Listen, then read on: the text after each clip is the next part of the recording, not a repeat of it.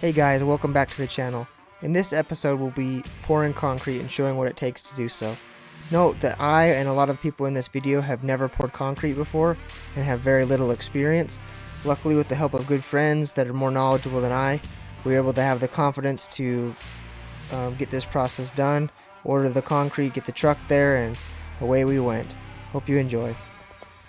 Got my J-bolts here. We got 3/4 inch thick, 12-inch long. There's 4 at each footing, and I'm going to have a total of 8 footings that the building's going to mount to. These are the little plates that you hook the bolts to, the little templates. And then we'll just set these down into the concrete when it's wet at the edge of our Mono Easy form. And then we'll eventually, once it dries, pull these plates off, pull this wood off, back those off, and then the building guys will come in, Steve, and hook the building to those bolts. So pretty sweet. The final step that we had to take to be ready for the concrete trucks to come in was to backfill the Monoslab Easy forms. As you can see, we already had the stakes put in and they were already set to grade, but that extra backfill dirt is what was able to hold back the concrete and the weight of it as we poured it. We poured only half of the slab once at a time, and so we did 2 separate pours, and they were each a 40 by 30 pour. And with our footings and about a 5-inch slab, we were about a total of 60 some odd yards for both sides, about 32 each, so they were a little different, but about 60 yards.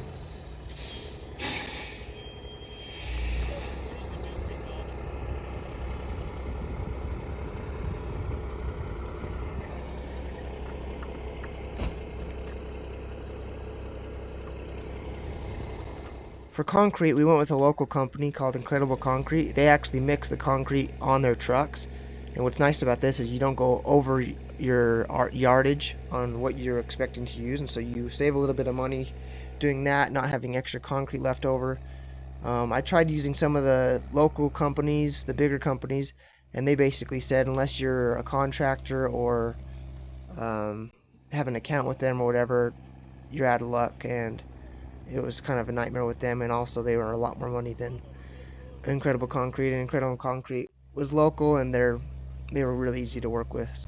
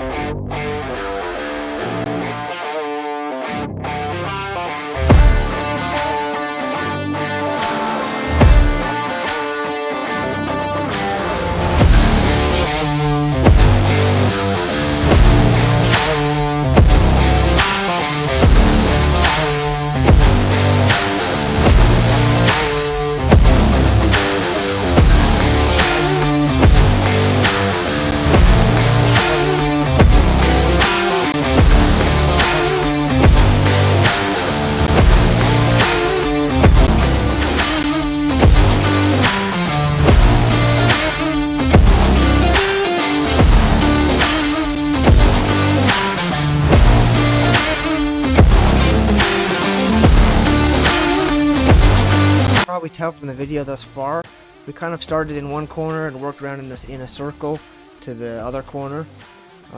This all went super smooth except for this last bit right here. Poured out super wet, and that's what delayed us and made us have to be finishing it clear into the night.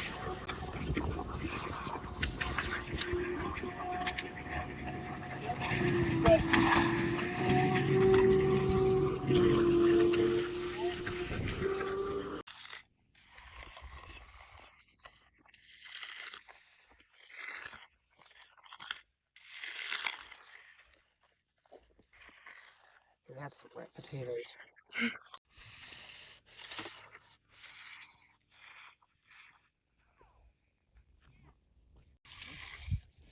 go ahead of you. What are you doing?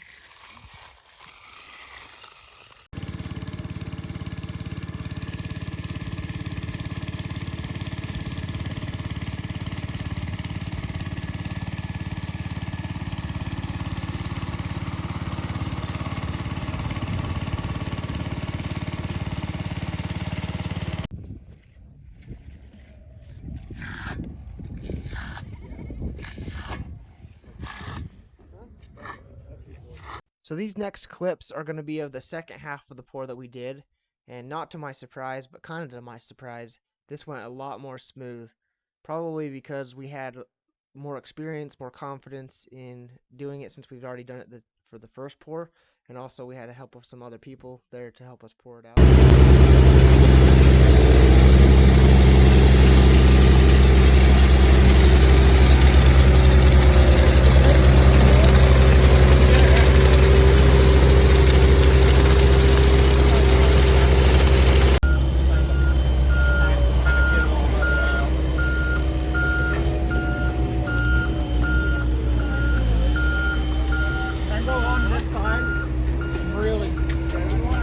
Really tamp it.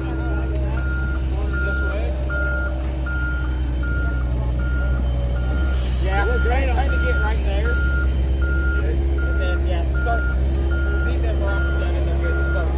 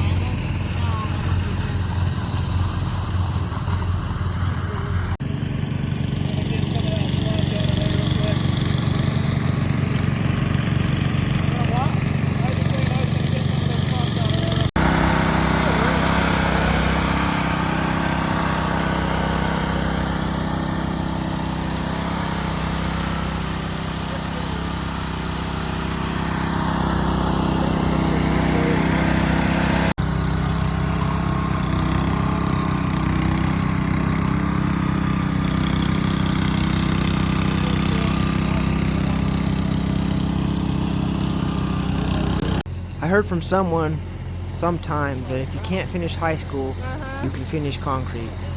Now I think all of us here finished high school, but definitely the finishing part of the concrete was a lot harder than I was expecting and took a lot longer than just pouring the concrete out.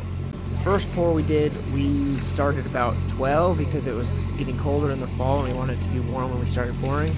That one took us into about midnight before we finished. The second one, for some reason, cured a lot quicker. We were able to finish it a lot faster, and we were done by about 8 or 9 p.m., starting at about 1 p.m.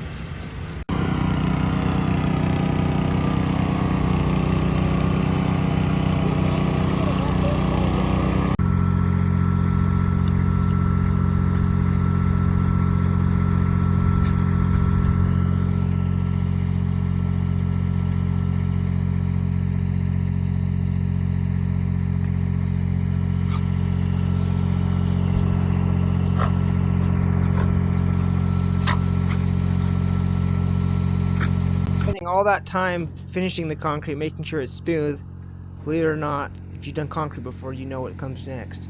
Wait for it to cure up enough that you can walk on it and everything, put some lines down on it, and pull out a concrete saw, and away you go. We did just that. We rented a concrete saw for both of the times that we had to cut it, and we did a soft cut or a green cut concrete saw.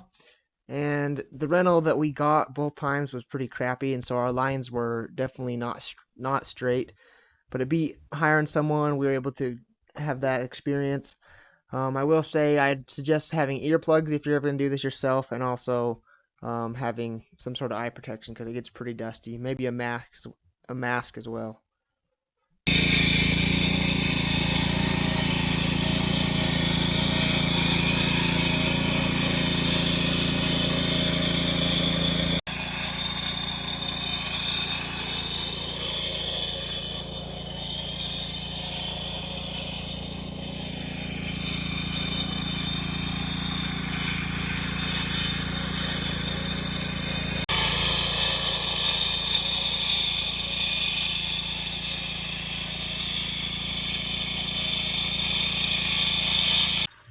We got snow, as you can see, ice and water on our slab.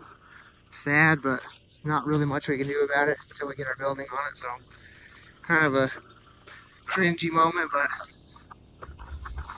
it is what it is. This is a few months after we had all of our concrete poured, and as you can see, we've got snow. It's time to get our Sono tube prep done. So here we are digging our footings for our lean-to. We'll put the footing in here in a Sono tube. We're gonna do 1 foot of mud in the bottom of it for our footing with 3 foot by 3 foot grid of rebar, and then on top of that we'll have rebar sticking out of it, and then have a 3 foot Sono tube sitting on top of it with our J-bolt sitting on the top of that. We got these measured roughly, that's the center where the stake is, and then 3 foot around it. We got 4 of them, and they'll correspond with the J-bolts on the building.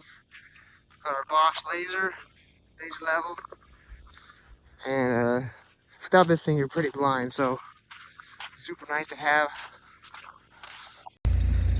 So far we got 3 of the 4 holes dug. Gotta dig that one next. Got these set to right where I want them. Going 4 feet below where the top of my Sono tube will be, where the building will mount to. We'll do a 1 foot thick footing in there with the rebar in it, and then we'll set the Sono tube on top of it, and then set the grade for the top of the Sono tube so that we'll know exactly where we need to be level with our concrete over there. It's going good so far. Digging the last hole. Got all these dug out. Gonna finish this one, and then time to bend some rebar, get it laid down in there, and get concrete scheduled. Now, I don't know how much this is gonna help either, but I bought concrete blankets before we poured that because I got nervous and there was a good deal on Basic Marketplace. So I'm gonna try to cover all the holes, footing holes, and hopefully, I guess, that will prevent there from being frost in the ground when we pour it. Okay, here we are, we're cutting our steel for our grid. These 2 are gonna be our center 2. They're pretty much at 3 feet exactly, and I did bends on them. These ones I'm gonna do at 30 inches because I was thinking I want the rebar to be a little bit farther in than the hole, just so that it's in the concrete. I'm just trying to decide if I'm gonna do a straight cross, or I might do one here, and then one in the center. Got tons of rebar, and so we'll see what we end up doing. Then I'm just gonna weld all these, and we'll see. It's kind of a pain bending these rebar. I was using the torch over there, but I ran out of acetylene, so I ended up just pulling out the chop saw on it this way. So we'll see how that goes. I'm gonna try to get these in the ground tomorrow, and then see how the weather is gonna look for the next few days. See if we can schedule some concrete. So we will see.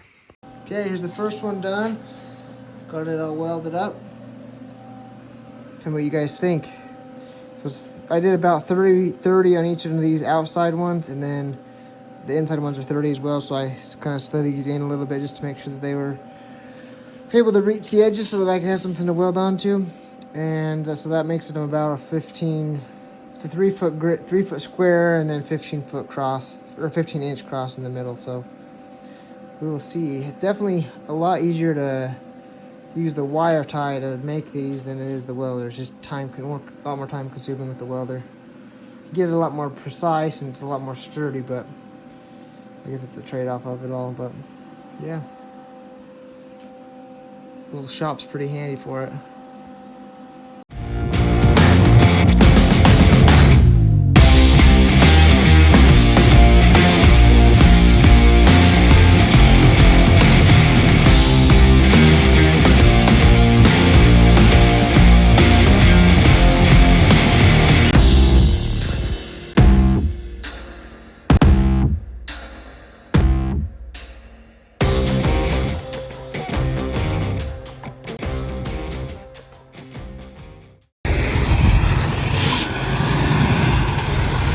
Go.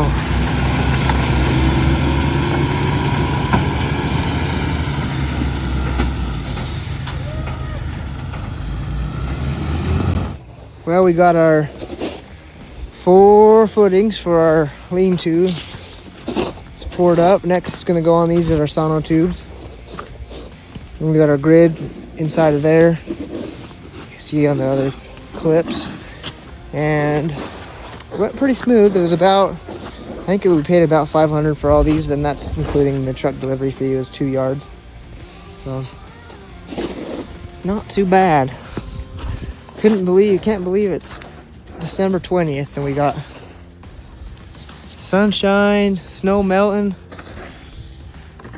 Quite muddy, but I'll take it for what it's worth.